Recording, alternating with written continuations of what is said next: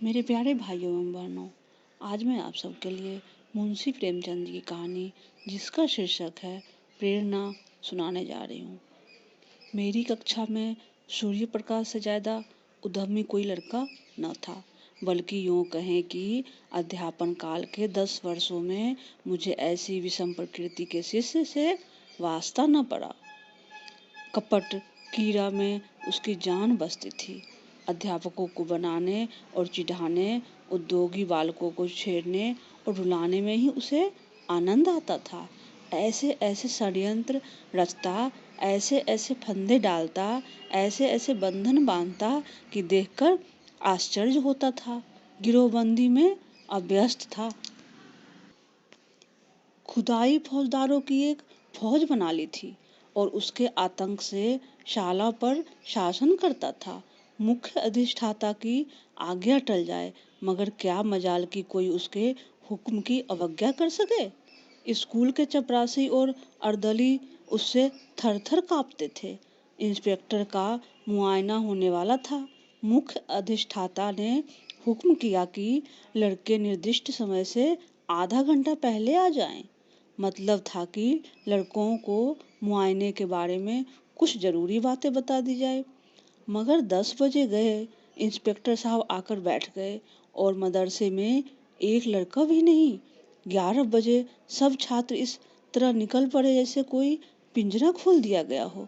Inspector साहब ने कैफियत में लिखा, डिसिप्लिन बहुत खराब है। प्रिंसिपल साहब की किरकिरी हुई, अध्यापक बदनाम हुए और यह सारी शरारत सूर्य प्रकाश की थी। बहुत पूछताछ करने पर भी किसी से सूर्य प्रकाश का नाम तक न लिया। मुझे अपनी संचालन विधि पर गर्व था। ट्रेनिंग कॉलेज में इस विषय में मैंने ख्याति प्राप्त की थी, मगर यहाँ मेरा सारा संचालन कौशल जैसे मोर्चा खा गया था। कुछ अकल ही काम न करती कि शैतान को कैसे सन्मार्ग पर लाएं। कई बार अध्यापकों की बैठक हुई, मगर यह गिरह न खुली। नई शिक्षा विधि के अनुसार मैं दंड नीति का पक्षपाती न था, मगर यहाँ हम इस नीति से केवल इसलिए विरक्त थे कि कहीं उपचार से भी रोग असाध्य न हो जाए। सूर्य प्रकाश को स्कूल से निकाल देने का प्रस्ताव भी किया गया, पर इसे अपनी अयोग्यता का प्रमाण समझकर इस नीति का व्यवहार करने का साहस न कर सके। 20-22 अनुभवी और शिक्षा शास्त्र के आचार्य एक 12-13 साल के उद्दंड बालक को सुधार न सके। यह विचार बहुत ही निराशाजनक था। यूं तो हमारा सारा स्कूल उससे त्राही त्राही करता था, मगर सबसे ज्यादा संकट में मैं था, क्योंकि वह मेरी कक्षा का छात्र था और उसकी शरारतों का कुफल मुझे भोगना पड़ता था। मैं स्कूल आता तो हरदम एक ही खटका लगा रहता था कि देखें आज क्या विपत्ति आती है। एक दिन मैंने अपनी मेज की दराज खोली तो उसमें से एक बड़ा मेढक निकल पड़ा। मैं चौंक कर पीछे हटा तो क्लास में एक शोर मच गया। उसकी ओर सरोस नेत्रों से देखकर रह गया। सारा घंटा उपदेश में बीत गया और वह पट्टा सिर झुकाए नीचे मुस्कुरा रहा था। मुझे आश्चर्य होता था, यह नीचे की कक्षाओं में कैसे पास हुआ था। एक दिन मैंने गुस्से से कहा, इस कक्षा से उम्र भर नहीं पास हो सकते।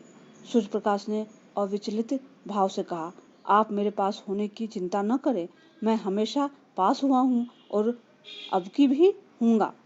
असंभव असंभव संभव हो जाएगा। मैं आश्चर्य से उसका मुंह देखने लगा। जहीन लड़का भी अपनी सफलता का दावा इतने निर्विवाद रूप से न कर सकता था। मैंने सोचा वह प्रश्न पत्र उड़ा लेता होगा। मैंने प्रतिज्ञा की, अब की एक चाल भी न चलने दूंगा। देखूं कितने दिन इस कक्षा में पड़ा रहता है। आप घबराकर निकल जाएगा। वार्षिक परीक्षा के अवसर पर मैंने असाधारण देखभाल से काम किया, मगर सूर्य प्रकाश का उत्तर पत्र देखा तो मेरे विस्मय की सीमा न रही। मेरे 2 पर्चे थे, दोनों ही में उसके नंबर कक्षा में सबसे अधिक थे। मुझे खूब मालूम था कि वह मेरे किसी पर्चे का कोई भी प्रश्न हल नहीं कर सकता। मैं इसे सिद्ध कर सकता था, मगर उसके उत्तर पत्रों का क्या करता? लिपि में इतना भेद न था जो कोई संदेह उत्पन्न कर सकता। मैंने प्रिंसिपल से कहा तो वह भी चकरा गए, मगर उन्हें भी जानबूझकर मक्खी निगलनी पड़ी। मैं कदाचित स्वभाव ही से निराशावादी हूँ। अन्य अध्यापकों को मैं सूर्य प्रकाश के विषय में जरा भी चिंतित न पाता था। मानो ऐसे लड़कों का स्कूल में आना कोई नई बात नहीं, मगर मेरे लिए वो एक विकट रहस्य था। अगर यही ढंग रहे तो एक दिन यह या तो जेल में होगा या पागलखाने में। उसी साल मेरा तबादला हो गया। यद्यपि यहाँ की जलवायु मेरे अनुकूल थी, प्रिंसिपल और अन्य अध्यापकों से मैत्री हो गई थी, मगर मैं अपने तबादले से खुश हुआ क्योंकि सूर्य प्रकाश मेरे मार्ग का कांटा न रहेगा। लड़कों ने मुझे विदाई की, दावत दी और सब के सब स्टेशन तक पहुँचाने आए। उस वक्त सभी लड़के आंखों में आंसू भरे हुए थे। मैं भी अपने आंसुओं को न रोक सका। सहसा मेरी निगाह सूर्य प्रकाश पर पड़ी, जो सबसे पीछे लज्जित खड़ा था। कुछ ऐसा मालूम हुआ कि उसकी आंखें भी भींगी थी। मेरा जी बार बार चाहता था कि चलते चलते उसके दो चार बातें कर लूं। शायद वह भी मुझसे कुछ कहना चाहता था, मगर न मैंने पहले बात की न उसने। हालांकि मुझे बहुत दिनों तक इसका खेद रहा। उसकी झिझक तो क्षमा के योग्य थी, पर मेरा अवरोध अक्षम्य था। संभव था उस करुणा और गलानी की दशा में मेरी दो चार निष्कपट बातें उसके दिल पर असर कर जाती। इन्हीं खोए हुए अवसरों का नाम तो जीवन है। गाड़ी मंद गति से चली। लड़के कई कदम उसके साथ दौड़े। मैं खिड़की के बाहर सिर निकाले खड़ा था। कुछ देर उनके हिलते हुए रुमाल नजर आए, फिर वे रेखाएं आकाश में विलीन हो गई, मगर एक अल्पकाय मूर्ति अब भी प्लेटफॉर्म पर खड़ी थी। मैंने अनुमान किया वह सूर्य प्रकाश है। उस समय मेरा हृदय विकट कैदी की भांति घृणा, मालिन्य और उदासीनता के बंधनों को तोड़ तोड़ कर उसके गले मिलने के लिए तड़प उठा। नए स्थान की नई चिंताओं ने बहुत जल्द मुझे अपनी ओर आकर्षित कर लिया। पिछले दिनों की याद एक हसरत बनकर रह गई। न किसी का कोई खत आया, न मैंने कोई खत लिखा। शायद दुनिया का यही दस्तूर है। वर्षा के बाद वर्षा की हरियाली कितने दिनों रहती है। संयोग से मुझे इंग्लैंड में विद्याभ्यास करने का अवसर मिल गया। वहाँ 3 साल लग गए। वहाँ से लौटा तो एक कॉलेज का प्रिंसिपल बना दिया गया। यह सिद्धि मेरे लिए बिल्कुल आशातीत थी।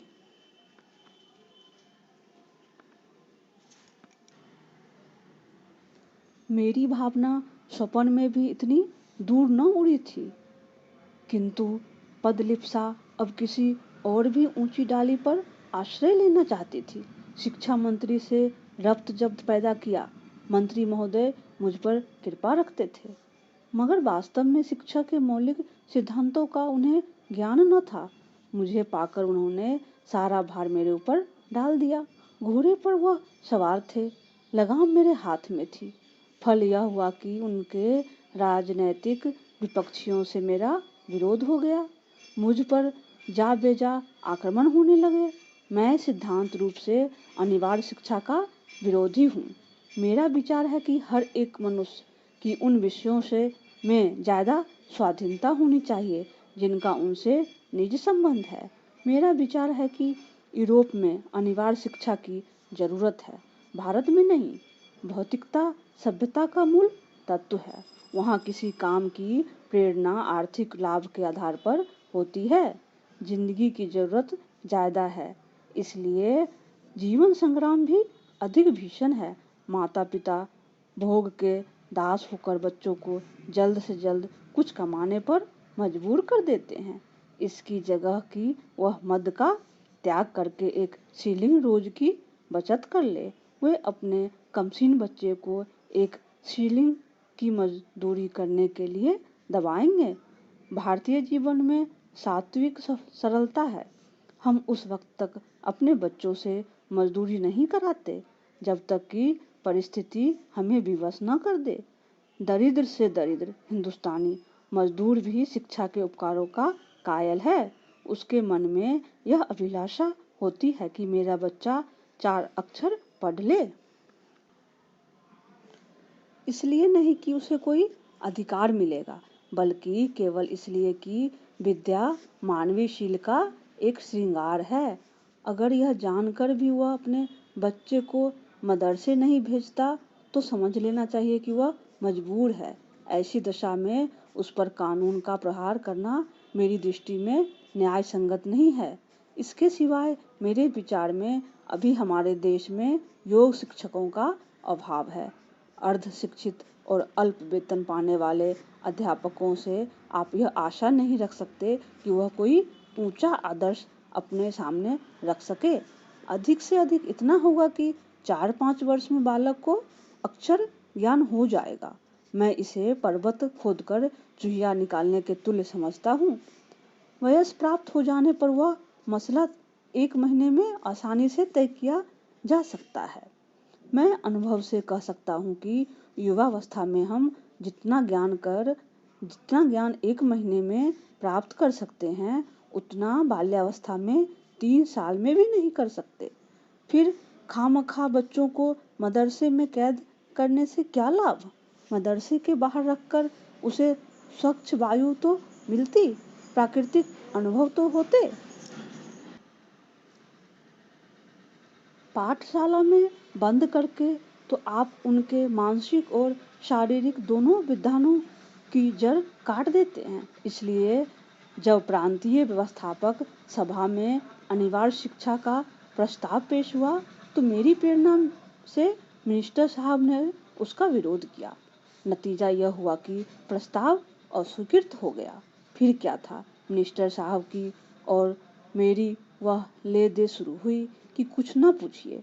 व्यक्तिगत आक्षेप के लिए मैं गरीब की बीवी था, मुझे ही सबकी भावी बनना पड़ा।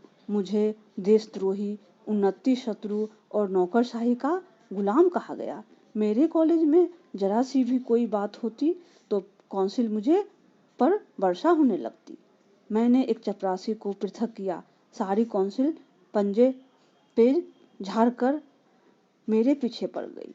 आखिर मिनिस्टर साहब को मजबूर होकर उस चपरासी को बहाल करना पड़ा। यह अपमान मेरे लिए असहनीय था। शायद कोई भी इसे सहन नहीं कर सकता। मिनिस्टर साहब से मुझे शिकायत नहीं, वह मजबूर थे। हाँ, इस वातावरण में मेरे लिए काम करना दुस्साध्य हो गया। मुझे अपने कॉलेज के आंतरिक संगठन का भी अधिकार नहीं। अमुक क्यों नहीं परीक्षा में भेजा गया? अमुक के बदले अमुक को क्यों नहीं छात्रवृत्ति दी गई? अमुक अध्यापक को अमुक कक्षा क्यों नहीं दी? इस तरह सारहीन आक्षेपों ने मेरी नाक में दम कर दिया था। इस नई चोट ने कमर तोड़ दी। मैंने इस्तीफा दे दिया। मुझे मिनिस्टर साहब से इतनी आशा अवश्य थी कि वह कम से कम इस विषय में न्यायपरायणता से काम लेंगे, मगर उन्होंने न्याय की जगह नीति को मान्य समझा और मुझे कई साल की भक्ति का फल मिला। मैं पदच्युत कर दिया गया। संसार का ऐसा कटु अनुभव मुझे अब तक न हुआ था। ग्रह भी कुछ बुरे आ गए थे। उन्हीं दिनों पत्नी का देहांत हो गया। अंतिम दर्शन भी न कर सका। संध्या समय नदी तट पर सैर करने गया था। वह कुछ अस्वस्थ थी। लौटा तो उसकी लाश मिली। कदाचित हृदय की गति बंद हो गई थी। इस आघात ने कमर तोड़ दी। माता के प्रसाद और आशीर्वाद से बड़े बड़े महान पुरुष कृतार्थ हो गए हैं। मैं जो कुछ हुआ पत्नी के प्रसाद और आशीर्वाद से हुआ। वह मेरे भाग्य की विधात्री थी। कितना अलौकिक त्याग था, कितना विशाल धैर्य। उनके माधुर्य में तिष्ठता का नाम भी न था। मुझे याद नहीं आता कि मैंने कभी उसकी भ्रुकुटी संकुचित देखी हो। वह निराश होना तो जानती ही न थी। मैं कई बार सख्त बीमार पड़ा हूँ। वैद्य निराश हो गए हैं, पर अपने धैर्य और शांति से अणु मात्र भी विचलित नहीं हुई। उन्हें विश्वास था कि मैं अपने पति के जीवन काल में मरूंगी, और वही हुआ भी। मैं जीवन में अब तक उन्हीं के सहारे खड़ा था। जब वह अवलंब ही न रहा, जीवन कहाँ रहता। खाने और सोने का नाम जीवन नहीं है। जीवन नाम है सदैव आगे बढ़ते रहने की लगन का। यह लगन गायब हो गई। मैं संसार से विरक्त हो गया और एकांतवास में जीवन के दिन व्यतीत करने का निश्चय करके एक छोटे से गांव में आ बसा। चारों तरफ ऊंचे ऊंचे टीले थे। एक और गंगा बहती थी। मैंने नदी के किनारे एक छोटा सा घर बना लिया और उसी में रहने लगा। मगर काम करना तो मानवीय स्वभाव है। बेकारी में जीवन कैसे कटता। मैंने एक छोटी सी पाठशाला खोल ली। एक वृक्ष की छांव में गांव के लड़कों को जमा कर कुछ पढ़ाया करता था।